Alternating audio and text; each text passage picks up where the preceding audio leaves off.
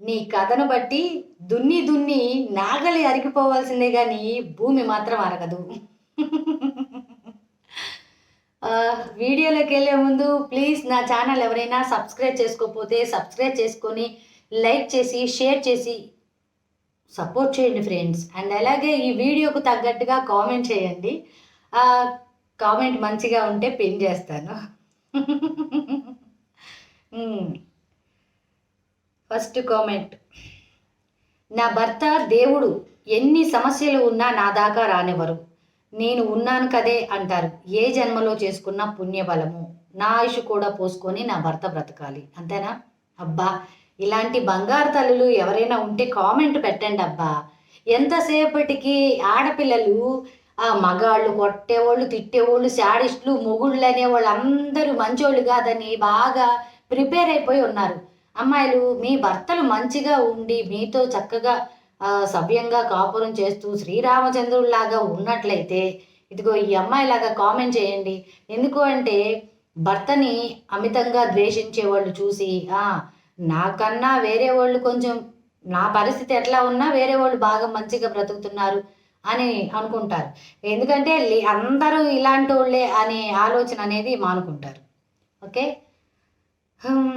అక్క, అసలు ఇంట్లో తిండి పెట్టకుండా ఆడది తిందో లేదో లెక్క చేయకుండా బయట చూసుకొని అర్ధరాత్రి దాకా తిరిగి వచ్చేవాడిని ఎలా మార్చుకుంటారు? నీకంటే అన్ని ఇంట్లో తీసుకొచ్చి పడేస్తున్నారేమో. అమ్మా, ఇప్పుడు ఈ విషయంలో అయితే అంటారు చూడు, పుణ్యం కొద్దీ పురుషుడు, దానం కొద్దీ బిడ్డలంట. మనం ఏదైతే చేసి పాప బలం అనేది అనుభవించాలి. ఎందుకంటే అలాంటి వాడిని కట్టుకొని నువ్వు ఆ శిక్ష అనేది అనుభవిస్తున్నావు కాబట్టి ఏ జన్మలో చేసుకున్న పాపం. నేను కూడా ఇట్లాంటి వాడిని కట్టుకొని నేను అనుభవిస్తున్నాను కాబట్టి ఏ జన్మలో చేసుకున్న పాపం. ఇంకా అలా సర్దిపెట్టుకోవాల్సిందే. కాదు కూడదు ఇప్పుడు ఆయన్ని వదిలి ఇంకొక అవన్నీ పెట్టుకునే కన్నా వాడిని మార్చుకునేవాడు. కాకపోతే ఒకటమ్మో, కాలం ఒక్కొక్కరికి ఒక్కొక్క తీరులో గట్టిగా సమాధానం చెప్పిద్ది. ఆ సమాధానం చెప్పేదాకా మనం చూస్తూ ఉండాల్సిందే, తప్పదు. ఎన్ని బాధలున్నా ఎన్ని ఉన్నా కూడా భరించాల్సిందే, తప్పదమ్మా. కొంచెం అర్థం చేసుకో. ఎందుకంటే చాలామంది ఆడపిల్లలు ఇందాక అమ్మాయి పెట్ల అక్క నా భర్త మంచిగా చూసుకుంటాడు అని, అట్లాగా నీ దాకా వచ్చేసరికి నీకు అన్ని పరిస్థితులన్నీ అట్లా వస్తున్నాయి కాబట్టి కొన్ని మనలో కూడా లోపాలు ఉంటాయి. ఆ లోపాలు ఏంటో అనేది గ్రహిస్తే మంచిగా ఉంటుంది. ఎక్స్ చేసే ఆడదాన్ని సంతృప్తి ఆనందంగా కలిగించటానికి తృప్తిపరచడానికి ఏ మగాడు వల్ల కాదు. నాకు తెలిసి ఒక 30%, ఇక 70% వాడి వల్ల కాకపోతే ఇంకొకటి చూసుకుంటుంది. అంతేనా?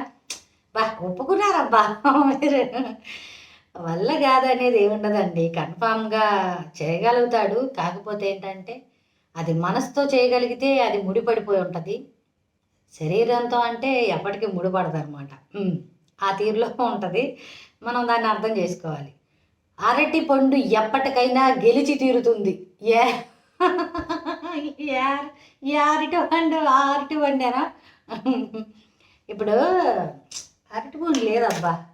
సపోజ్ ఇది వచ్చి ఫోన్ స్టాండ్లే కొనుక్కున్నాను. ఇప్పుడు అరటిపండు అంటే అది ఎంతసేపు మనం ఇదిగో ఇట్లా పట్టుకొని నిలబడగలుగుతాం చూడండి. పట్టుకోవడానికి కూడా మనకు ఇక్కడ షేక్ వచ్చేస్తుంది అనమాట. అంటే చాలామందికి ఏదో పట్టుకొని చూడు, నీకు కూడా వచ్చింది. ఇలా ఎంతసేపు పట్టగలుగుతావా అరటిపండుని? అది దానికి ఒక మ్యాటర్ ఉంటుంది. అది డౌన్ అయ్యే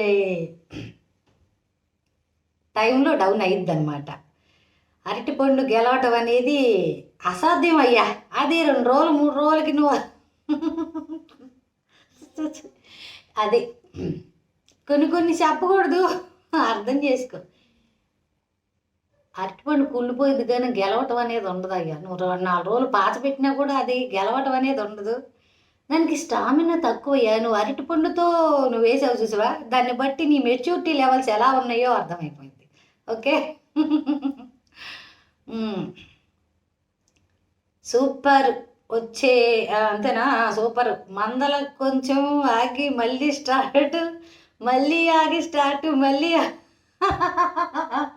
4-5 టైమ్స్ ఆగి స్టార్ట్ చేసి బండి. అంతేనా? అర్థమైంది. కొంచెం స్టార్ట్ చేసి ఒక 4 మినిట్స్ మళ్ళీ తర్వాత స్టార్ట్ చేయటం. ఇప్పుడు ఇక ఆపి మళ్ళీ స్టార్ట్ చేయటం, మళ్ళీ ఆపటం, మళ్ళీ స్టార్ట్ చేయటం, ఆపడం. ఇంకెప్పుడు నువ్వు మొదలుపెట్టేది? ఎప్పుడు ఇక స్టార్ట్ చేస్తూ ఉన్నప్పుడు ఇక మా లెవెల్స్ పీచ్‌కి వెళ్ళిపోయిన తర్వాత నువ్వు డౌన్ అయిపోయావు అనుకో, అప్పుడు ఏది ఉంటే అది తీసుకుని బాధ బుద్ధిద్దనమాట. అది గుర్తుపెట్టుకో. ఇప్పుడు స్టార్టింగ్ ప్రాబ్లం అనేది మొదట్లో ఉంటే ఓకే. నువ్వు అక్కడికి వెళ్ళిన తర్వాత కొంచెం ఆ మూమెంట్ తర్వాత ఆగి మళ్ళీ స్టార్ట్ అంటే కుదరదయ్యా. ఈ అయ్యే పనులు కాదయ్యా. కొంచెం అర్థం చేసుకో. దీన్ని బట్టి నీ మెచ్యూరిటీ లెవెల్స్ అనేది 0 అని అర్థమైంది. స్టార్ట్ చేసి ఓకే. సారీ. మీ కథను బట్టి దున్ని నాగలు అరిగిపోవాల్సిందే కానీ భూమి అరగదు. అంత పెద్ద ఇనుమే అరిగినప్పుడు మగవాడి నరాలకు లెక్క. మీరన్నట్టు మనసు గెలిచి వాడే నిజమైన మగాడు. ఎస్, మనసు గెలిచిన వాడు నిజంగా మగాడండి. దాన్ని కొంతమందికి ఏంటంటే ఏముంది పెద్దగా అందులో అని ఆలోచిస్తారు, కానీ అది గెలుచుకున్న తర్వాత ఉండే తీరు కథ వేరే లెవెల్ అండి. అది అర్థం చేసుకోవాలి. కానీ ఒప్పుకున్నారు చూశారు మీరు, హ్యాట్సాప్ అండి. అందరూ సిన్సియర్గా ఒప్పుకోరండి. ఇదిగో ఇందాక ఒక అబ్బాయి ఏమో అరటిపండు గెలిచిద్ది అన్నాడు, ఇంకొక అబ్బాయి ఏమో స్టార్టింగ్ ఆన్ చేయడం ఆ తీరులో అంటున్నాడు. ఇంకొకడు పెట్టాడు, కొంచెం రాంగ్గా పెట్టాడు, అది నేను కామెంట్ పెట్టదలుచుకోవాలా. ఏది నేను ఇంచుమించు ఒక 4 అవర్స్ అస్సలు బండి ఎనీ టైం రన్నింగ్లో ఉంటుంది, ఆపేది లేదు, ఇంజిన్ ఆడుతూనే ఉంటుందని పెట్టాడు. అదేదో మీ ఆవిడ దగ్గర ఆడిచ్చి మీ ఆవిడని కామెంట్ పెట్టమనయ్యా కొంచెం. ఒక రైతు పొలాన్ని ఎంతవరకు దున్నుతాడు? ఎడ్లు లేదా ట్రాక్టర్తో వాటి నాగలేనా మంచి ఉంటే భూమి 1, 2, 3 ఫీట్ల వరకు వెళ్ళొచ్చు. 1, 2, 3 ఓకే వెళ్ళగలము. కానీ ఆ భూమి చాలా లోతుగా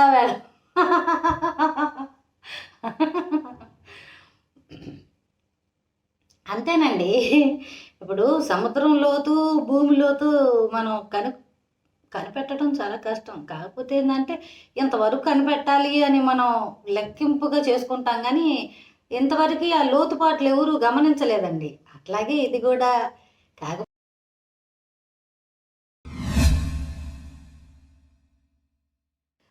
అసలు ఆడదాన్ని ఓడించలేరా అంటే చాలామంది మగాళ్ళు ఓడించారండి. అది మీరన్నట్టు మనసుతోనే ఓడించగలిగారు. ఎందుకంటే మనసు పడ్డ ఆడదాంతో ఉంటే ఎంత మీకు హ్యాపీగా అనిపిస్తుందో, అట్లాగే మన మనసుకు నచ్చిన వాడు మనతో ఉంటే ఇంకా అంతకన్నా హ్యాపీ అనేది తనకు కూడా మనసుకి, శరీరానికి అనిపించాలి. అది ఒక్క క్షణం పట్టదు ఆడదాన్ని ఓడించటం. అది పెద్ద యుద్ధమేం కాదు. కాకపోతే మీరు ఆడదాన్ని ఓడించాలని యుద్ధంలో దిగితే మాత్రం మీరే ఓడిపోతారు. కాకపోతే మనసును గెలుస్తూ మీరు ఓడించాలనుకుంటే ఆటోమేటిక్గా మీరే గెలుస్తారు. అదే మీ క్వశ్చన్స్లో నా ఆన్సర్స్ ఏ తీరులో ఉన్నాయో అండ్ మెచ్యూరిటీ లెవెల్స్ ఉన్నవాళ్ళు ఎంతమంది ఉన్నారో, మళ్ళీ దీనికి ఎటకారంగా పెట్టేవాళ్ళు ఎంతమంది ఉన్నారో చూడాలి.